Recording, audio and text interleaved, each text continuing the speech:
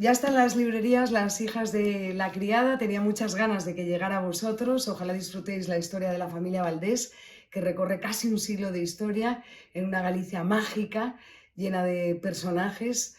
Ojalá disfrutéis, insisto, las aventuras, desventuras, amores, desamores, traiciones. Yo he disfrutado mucho escribiéndola. Ojalá os contagie ahora su lectura. Adiós.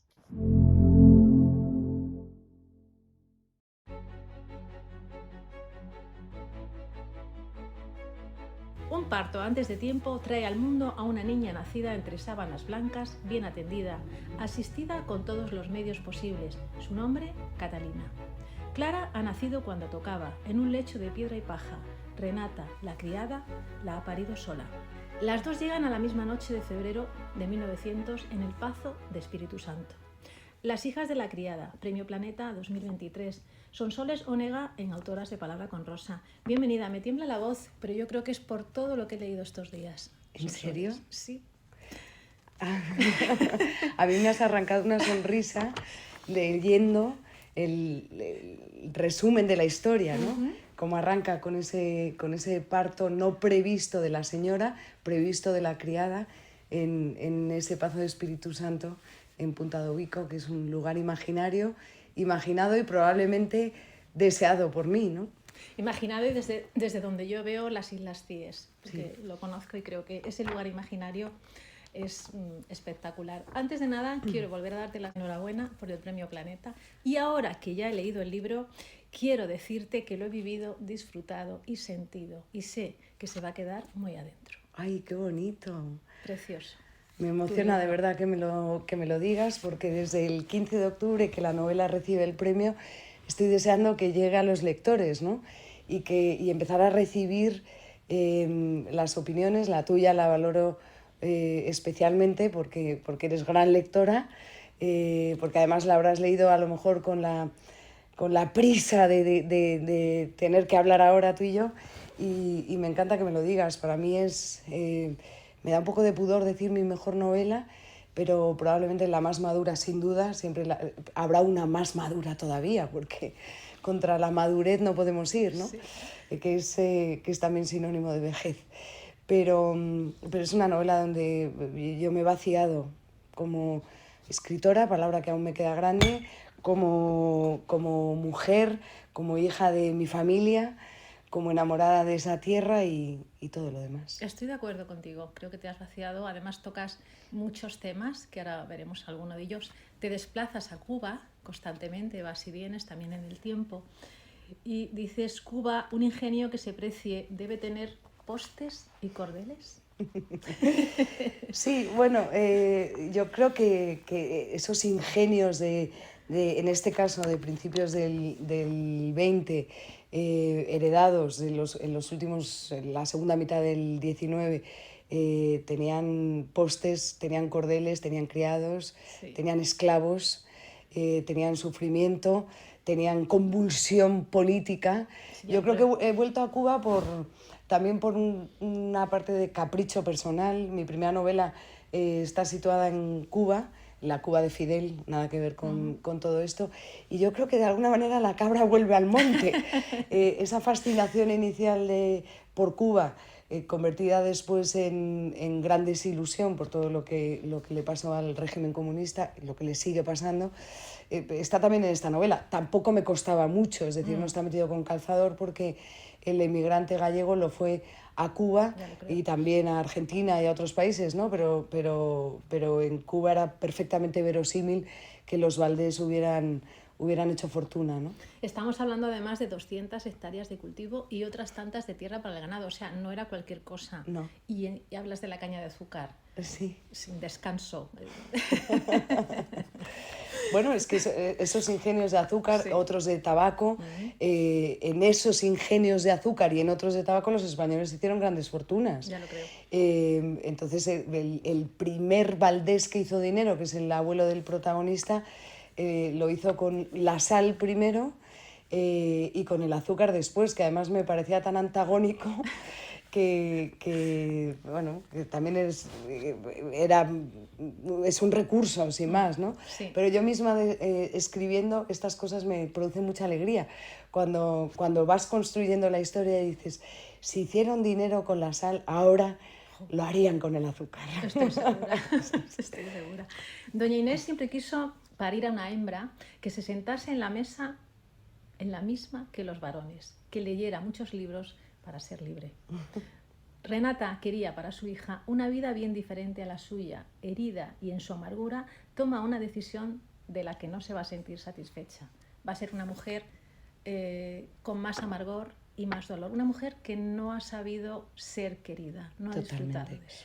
Pero si te fijas, y perdona que abra aquí un paréntesis, ¿No? en el fondo todas las mujeres de esta novela, con independencia de su condición social, están tocadas por el desamor, el abandono y la falta de cariño. Sí. Doña Inés lo es, abandonada por don Gustavo. A Clara se pasa toda la vida mendigando una caricia, y la Renata, en tanto que criada preñada por el señor, es la que acaba vengando vengando ese embarazo del que se desentiende el señor, ¿no? Sí. Es una venganza que a ella le pesará toda la vida y que le deja un pozo de amargura del que no se recuperará.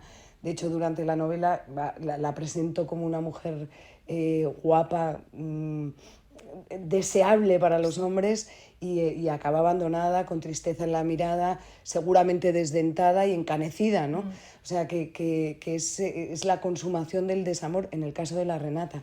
Y le cuesta muchísimo. Yo creo que es una mujer que cuando intercambia a las niñas para vengar lo que han hecho con ellas, es consciente de que está cometiendo un delito personal, Sí. que pagará toda la vida. Y hay un momento en la novela, muy al principio, no sabe si va a poder quererla como hija, ¿no? Exacto. Porque no lo es. Además, de momento la tiene cerca hasta que tienen que volver a Cuba por una serie de circunstancias, con lo cual Sí. ya no ve a ninguna de las dos. Sí, exacto. Y cuando Catalina se va a Argentina, consciente o poseedora del secreto que le ha revelado su madre, ella tampoco lo entiende, ¿no? Ahora ya va a ser ya la separación definitiva de mi hija. Lo bueno es que muere. Yo te dejo que lo cuentes tú. Ay, Dios mío. Hablamos de esa falta de cariño, pero Despiezo demasiado las novelas, me lo dicen todo el rato, pero es que me creo que ya puedo... No, pero me parece bien que lo cuentes tú. Te decía que hablamos de falta de cariño, pero es verdad que estamos en una época, o hasta hace bien poco, no se mostraba el cariño, no se sabía mostrar. Es verdad. Nuestras abuelas mostraban el cariño poniéndote el mejor plato, o tu madre, o trayéndote a casa algo que sabes que te gusta, pero eran incapaces de darte un abrazo, darte un beso. Sí. Sí, es verdad que somos hijos de una generación que ha sabido querer, no diré yo que no ha sabido querer. De forma distinta. Pero de forma distinta. Ahora, gracias a Dios, yo creo que este tiempo nuestro de ahora es mucho más expresivo. Se han quitado los rubores del abrazo, de la caricia, o del gritar a un niño cuando se va al colegio, ¡que te quiero! ¡Acuérdate! ¿no? Sí. Eso yo creo que, insisto, somos hijos de una generación que no ha verbalizado el te quiero. Eso es. Y desde luego nosotros, imagínate hace un siglo, pues se decía mucho menos. Lo triste es que sí se verbalizara lo contrario.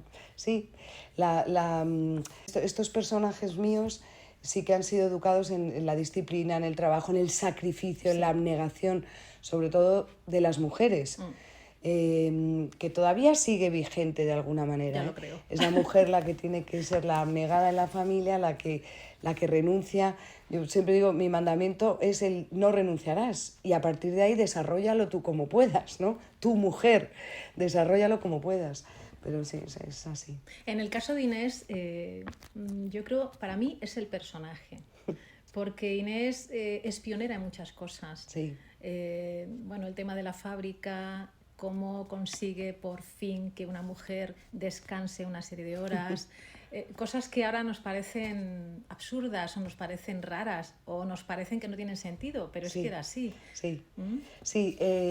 Además, estoy segura, porque seguro que fue así, que hubo hombres maravillosos en las fábricas de conservas de Galicia, seguro. Pero lo que doña Inés hace con sus obreras, es verosímil que haya habido otras Ineses en la costa gallega que lo hicieran, pero nunca se les ha reconocido, ¿no? Y los caprichos literarios de esta novela están enfocados a eso, a engrandecer ficticiamente lo que las mujeres hicieron en las fábricas, ¿no? Esa escuela de mujeres que ellas inventan en un rincón para enseñarles a leer, contar y escribir, que es lo que Clara le parece que es la receta básica de la vida, saber contar, leer y escribir, y con eso vas al fin del mundo, ¿no? Porque todo está en los libros, además, y ella misma lo descubre durante los años que pasan, 15 años, desde que la familia Valdés se va hasta que doña Inés vuelve de Cuba. Ella se cuela por una ventana del Pazo que queda abierta y se cuela en la biblioteca de los señores, ¿no? Aprende a leer en la primera fábrica de madera, en el aserradero de los Valdés, pues, con las viejas del lugar, ¿no? O en los periódicos en los que envolvían los bocadillos. Bueno, ahí hay pequeños caprichitos literarios que engrandecen, a lo mejor forzando el papel de la mujer, pero hay veces que hay que forzarlo. Yo creo que sí. Sí. Tartas, dulces y refrescos de limón para Catalina. 7 estacas clavadas en la tierra mojada y un deseo, aprender a leer y a escribir.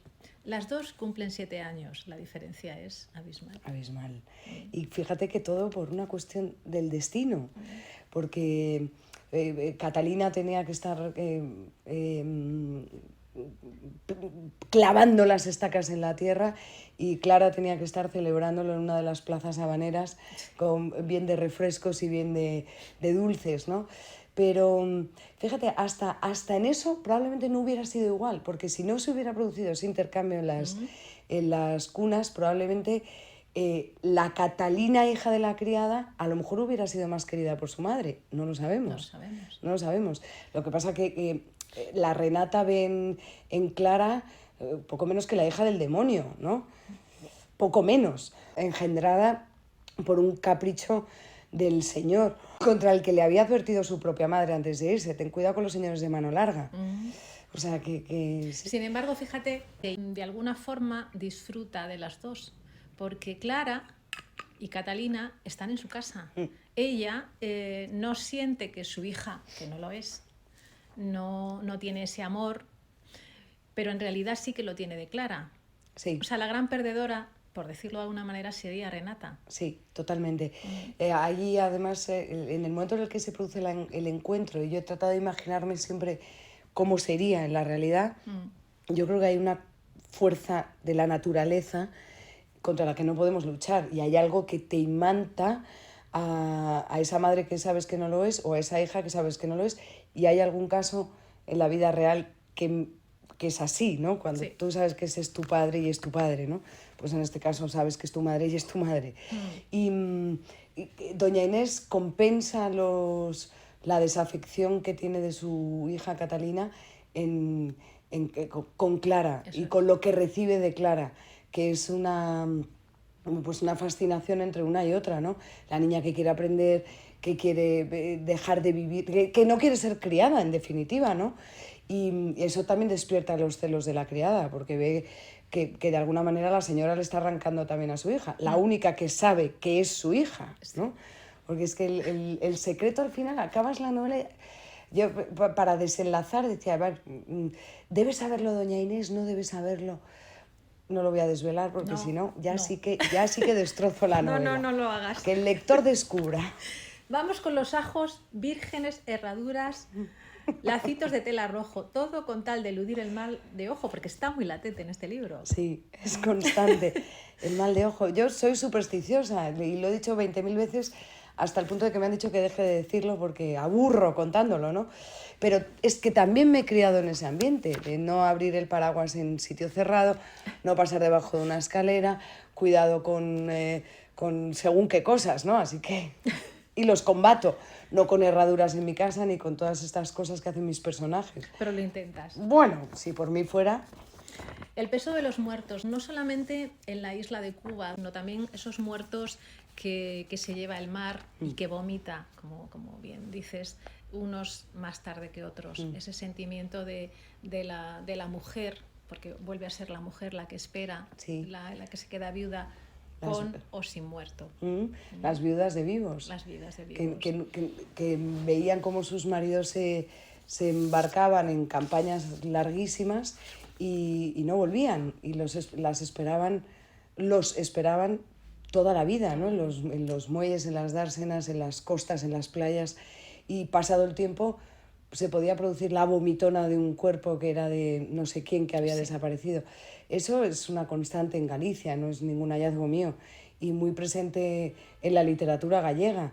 No es ninguna novedad hablar de todo esto, pero yo sí es la primera vez que, aunque no es mi primera novela gallega, sí es la primera vez que hablo de esa Galicia marítima, marinera, más que marítima, marinera.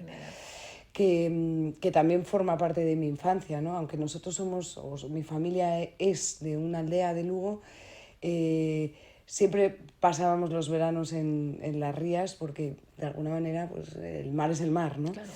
Y eso está aquí. Que teniendo una conservera la familia, pues era lo normal, ¿no? Aparte de la magia de la ría que sube y baja, ¿no? Sí. Es una de los misterios. Y además cuando tratas de desentrañar ese misterio, incluso in situ, nadie te lo sabe explicar. Tiene que ver con la luna. Pero sí, es una cosa mágica, que solo pasa allí. ¿Se pueden remendar los dolores que dejan en el alma los ingratos? La ingratitud es deja heridas muy profundas y no te contaré de la ingratitud de los hijos hacia sus padres. De hecho, Catalina deja una herida profunda de ingratitud hacia doña Inés, o ella lo siente así, porque doña Inés sí siente a su hija como tal y trata de colmar en ella todas las aspiraciones que había tenido de joven, ¿no? Pero son heridas muy profundas, sí. Hablas también en el transcurso de la novela de la gripe. Dices, solo de puntillas, dice, la gripe deja tantos cadáveres como raspas de pescado. Fue brutal. Fue una epidemia, fue nuestra referencia exacto, del COVID. Eso es. Sí, y esta novela que se ha construido en movimiento me lleva a esa gripe del 18 y a investigar mucho lo que había pasado con esa cercanía casual con nuestra pandemia de COVID, ¿no? Y cuando digo que se ha construido en movimiento es que no había un plan previsto. Es decir, hay sucesos en la novela que yo no tenía previsto contar. El naufragio del Santa Isabel, por ejemplo, sí. o la gripe del 18, pero con los que me fui encontrando según iba avanzando el siglo, ¿no? Y con ella la historia de mis personajes. Así que no podía eludir la gripe del 18 que tantas comparaciones ha resistido ahora con la del siglo XXI. Sí. Y en algunas cosas se parecían, ¿no? Mucho. Mucho. Lo creo. Sí. La deslumbrante, me encanta. La llegada de la ballena, el aprovechamiento de la ballena, la sangre que atraía las sardinas, lo contabas el día del premio Planeta. Yo me quedé, digo, pues que lo aprovechamos todo, pero lo aprovechamos todo y lo destruimos todo, arrasamos. Sí. También hallazgo en movimiento. Y además del todo desconocido por mí, y eso que las ballenas poblaron esas aguas desde la Edad Media, desde el siglo XIII, ¿no? Y en mi epílogo hablo de eso ya en el 17. Pero bueno, en el Museo de la Familia Masó, en Bueu, se conserva todo de la caza de la ballena, desde los arpones hasta vídeos donde enseñan cómo despiezaban, o las propias salas de despiece que ellos tenían en sus fábricas, y a mí me pareció alucinante. Y luego saber que efectivamente la sangre de la ballena traía la sardina, o que de la ballena, con permiso del cerdo de Lalín, se aprovechaba todo, ¿no? Así que lo incorporé porque me parece que forma parte de la historia gallega, con toda su grandeza y toda su miseria. Sí. El fin de la ballena en el año 86, por razones que comprendo perfectamente, también se lleva por delante mucha industria, ¿no?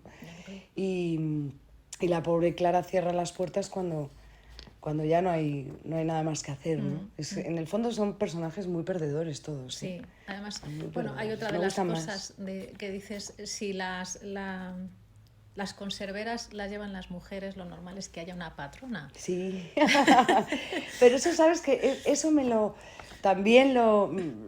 dijo una archivera del Museo de la Conserva, que depende de la Universidad de Vigo, me dijo eso, no, hay muchas mujeres que han estado al frente de las fábricas y estamos haciendo un gran trabajo para recuperarlas, ¿no?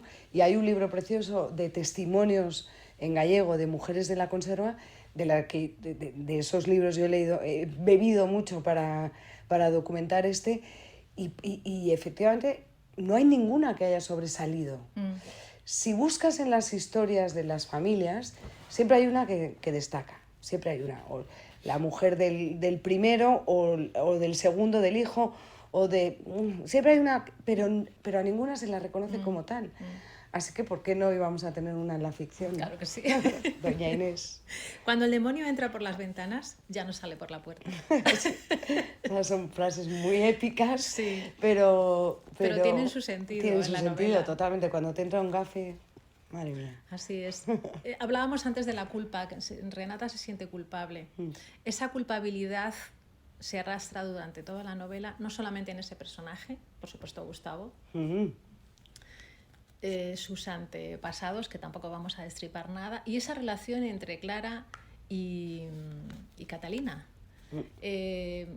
Siempre enfrentadas, no voy a decir cómo resuelves, pero claro, no dejaba de ser la hija que no es hija tuya de Inés.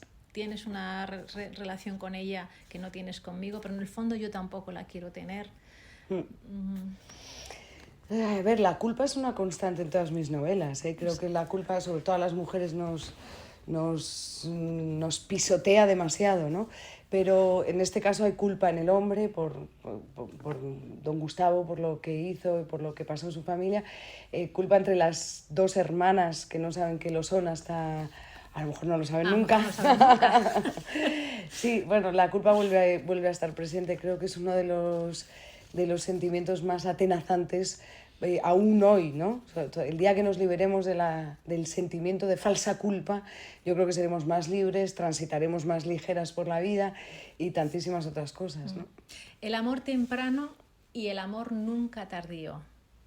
¿Qué me dices de eso? Uy, bueno, el amor temprano es el que ilumina la vida de Clara en un momento dado, y el amor del final a mí es el que más me gustó escribir, porque es ese amor maduro, es ese amor consciente, ese amor sin edad, porque claro, ella ya es una señora mayor, podríamos decir, que se descubre desnuda en una cama, ¿no? Pero fíjate, con todo no remata, no consigue quedarse con ese tercer hombre de su vida porque le puede la obligación. Y en cierto modo también me gustó que fuera así, porque en el fondo a Clara la quieren pagar con un matrimonio que la hace profundamente infeliz, y luego ella misma podía haber decidido quedarse con ese tercer hombre que conoce, y no, ella es una mujer de ideas muy fijas. Ella sabe que tiene la deslumbrante, la está esperando, sabe que tiene que perseguir lo más importante de esta novela, que es la verdad, y no se deja, no se embarca conscientemente en esa historia de amor, que probablemente hubiera sido la única que le hubiera reportado el cariño que necesitó toda la vida, ¿no? Ese Plácido. Solo vamos a decir la frase para que no sueltes mucho. A ver. Dices, se puede querer en el recuerdo. Eso es lo más parecido a no olvidar. Y sí, es verdad, porque mientras sigas recordando, sigues queriendo. Totalmente. Y no solo hombres y mujeres, hombres u hombres, ¿no? Fíjate que ahora el amor tiene cierto descrédito, ¿no? Porque se equipara con algo de sumisión para la mujer, pero yo lo seguiré reivindicando toda la vida. Se puede amar desde la libertad total y absoluta. El amor es poliédrico, el amor lo ocupa todo, es el sentimiento universal y más sanador en las relaciones de madres, hijos y padres. Entonces, para mí el amor está presente en esta novela aunque mis personajes no hayan sido bendecidos por él, ¿no? Un guiño a la literatura, Leopoldo. ¡Ay! Sí, es ese personajito que, bueno, digo personajito sin hacerle menor porque no lo es, ¿no? No lo es en absoluto, pero probablemente es el menos desarrollado, porque enseguida lo mando a Madrid a hacer realidad su sueño de ser escritor, ¿no? Me encanta, lo mando a Madrid, hago esto, es que... Es que cuidado con el narrador omnisciente que, Sí. que dirige las vidas a su antojo, ¿no? Sí. Y en el caso de Leopoldo, es que efectivamente lo mandé a Madrid a colmar sus aspiraciones de escritor y empieza a escribir en un periódico no identificado, pero yo siempre pienso que pudo ser ABC, porque no sé, en algún periódico de la época, porque quería codearse con escritores, pintores y artistas en Madrid, él que era de Punta de Ubico, ¿no? Donde no había todo esto. Alguna vez viajaba a Vigo con la madre, pero sí, bueno, más que guiño a la literatura, es un guiño al que te sale creador. Y Leopoldo, sin venir de una familia de creadores, tiene esa pulsión que necesita desarrollar y la desarrolla. Luego se convierte en un personaje que para Clara es imprescindible, ¿no? Porque es el que le trae su tercer y gran amor. Para terminar, Sonsoles, ¿cómo es la mirada que deja la vida al recorrer los años? Cansada. ¿Cansada? ¿Solo? No. La mirada de la vida después de tantos años es deliciosa. Y lo mejor de cumplir años es tener mucho vivido. Te permite relativizar, te permite valorar lo importante, te permite contextualizar los sucesos de una manera más desapasionada. Es una mirada mucho más sosegada, pero yo espero no perder nunca el impulso de los años de juventud, de los que te crees que tienes todo por delante y nada que perder. Yo creo que esa frescura no se debe perder nunca. No, por eso. Pero sí domesticarla, porque la juventud también te produce mucho sufrimiento, ¿no? Mucha inseguridad, muchos miedos, y eso lo he podido... la edad te permite manejarlo un poco mejor. Ya lo creo que sí. Pues un placer. Igual, Rosa, qué bonita. Qué bien.